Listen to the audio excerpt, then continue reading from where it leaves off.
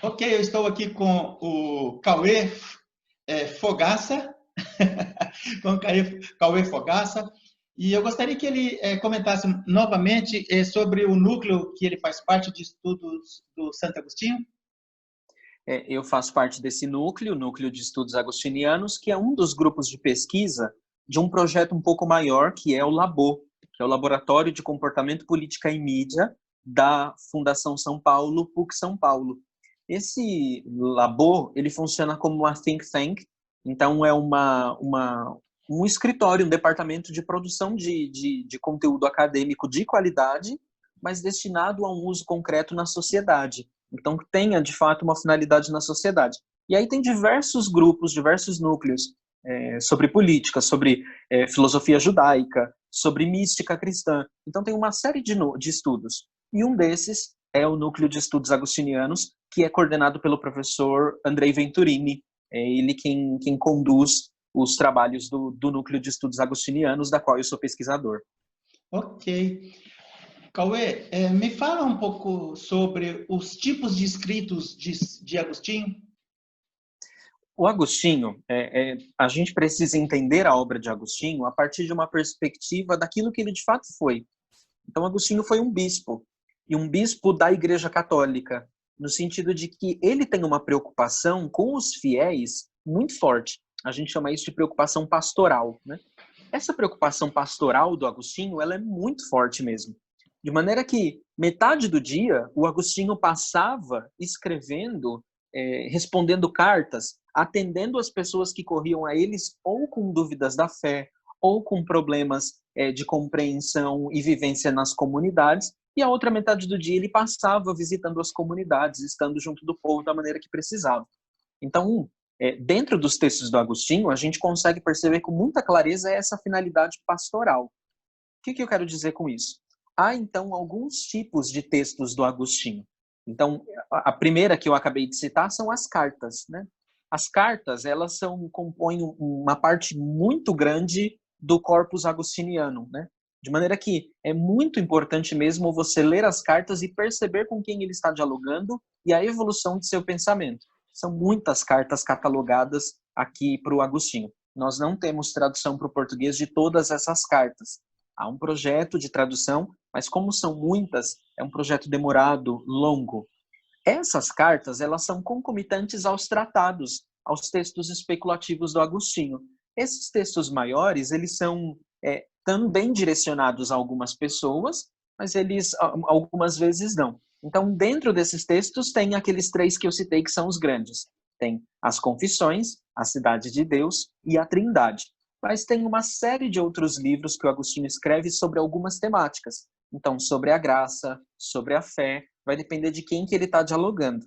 Tem um outro tipo de escritos, que é um tipo de escritos que está bem no início da produção intelectual do Agostinho, que logo ele abandona. Então, são poucos os textos que são desse tipo, que são os textos de diálogo.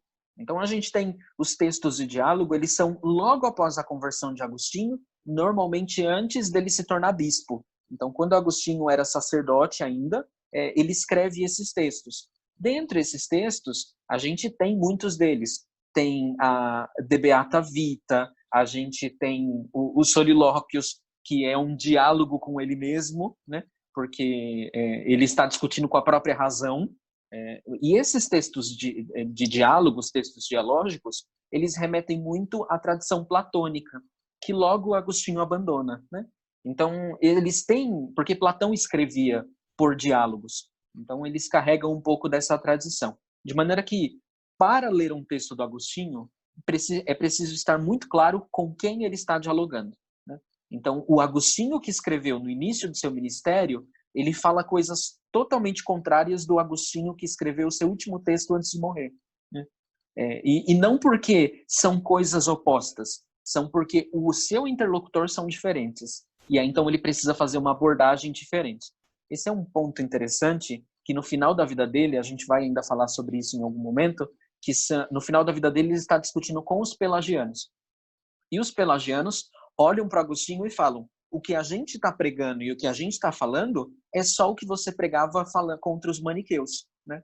Então, eles mesmos usam os textos de Agostinho para criticar a visão que o Agostinho estava tendo ali. O que quer Desculpa, dizer? desculpa. A Hannah Arendt também fazia isso. Não Sim. necessariamente para contestar, mas para falar sobre o amor agostiniano, ela usava o discurso dele.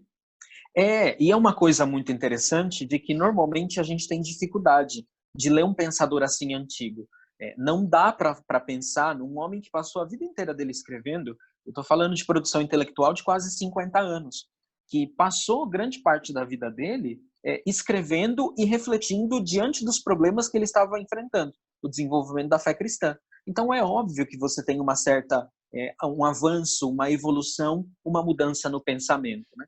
Então, para ler o Agostinho, é necessário saber com quem ele está dialogando e por que ele está dialogando.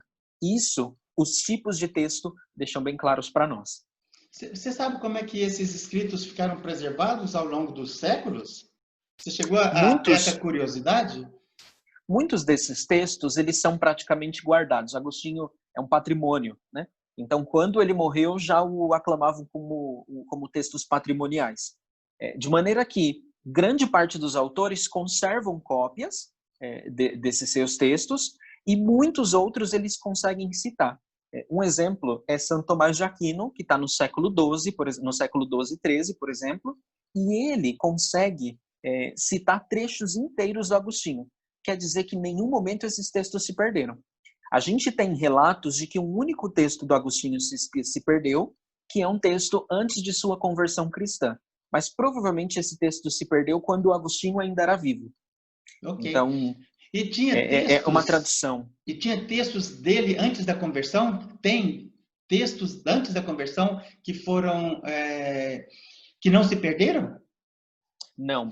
Os textos de Agostinho são todos após a conversão. Não necessariamente antes do seu batismo, mas o Agostinho já era a que a gente chama de catecúmeno. Ele estava se preparando para receber o batismo, mas ele já tinha um espírito todo cristão ali para poder fazer esses textos. O único texto que ele dá relato para nós de que ele escreveu antes da conversão e, portanto, com outro referencial teórico, filosófico, esse texto se perdeu, que era o Belo e o Apto, né? Esse texto acabou se perdendo ao longo da história. Cauê, eu li não sei aonde aí, e me desculpe a minha falta de rigor na linha de raciocínio.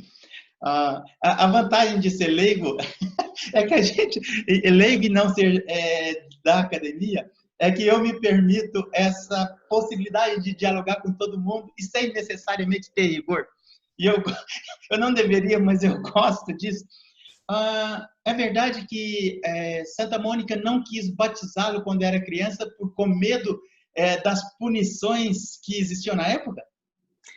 O Agostinho, ele descreve isso no livro 1 das Confissões. Ele fica bem doente, ele quase morre, e aí decidem batizar ele às pressas.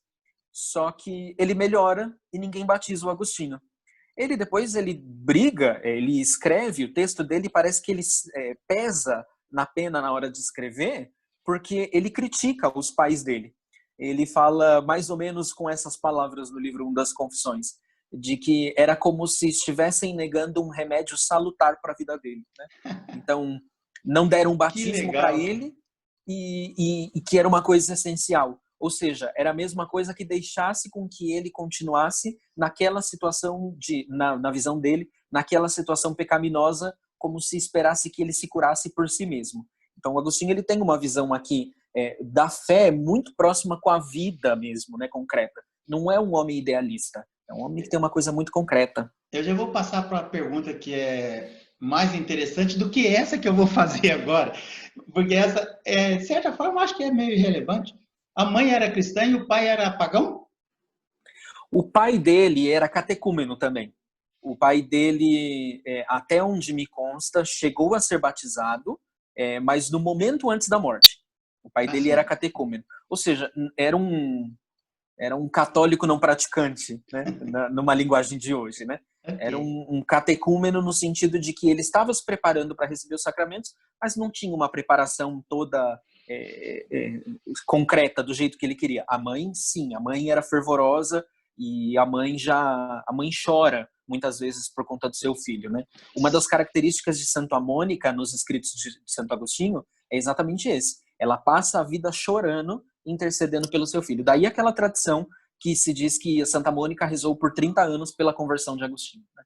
O que uma das coisas que mais me deixou impressionado, entre várias coisas dele, que quando ele se converteu mesmo, ele quis falar para a mãe dele correndo.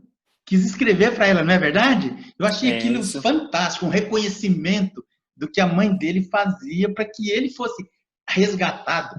Me fala uma coisa, afinal de contas, Cauê, afinal de contas, ele era um filósofo ou um teólogo?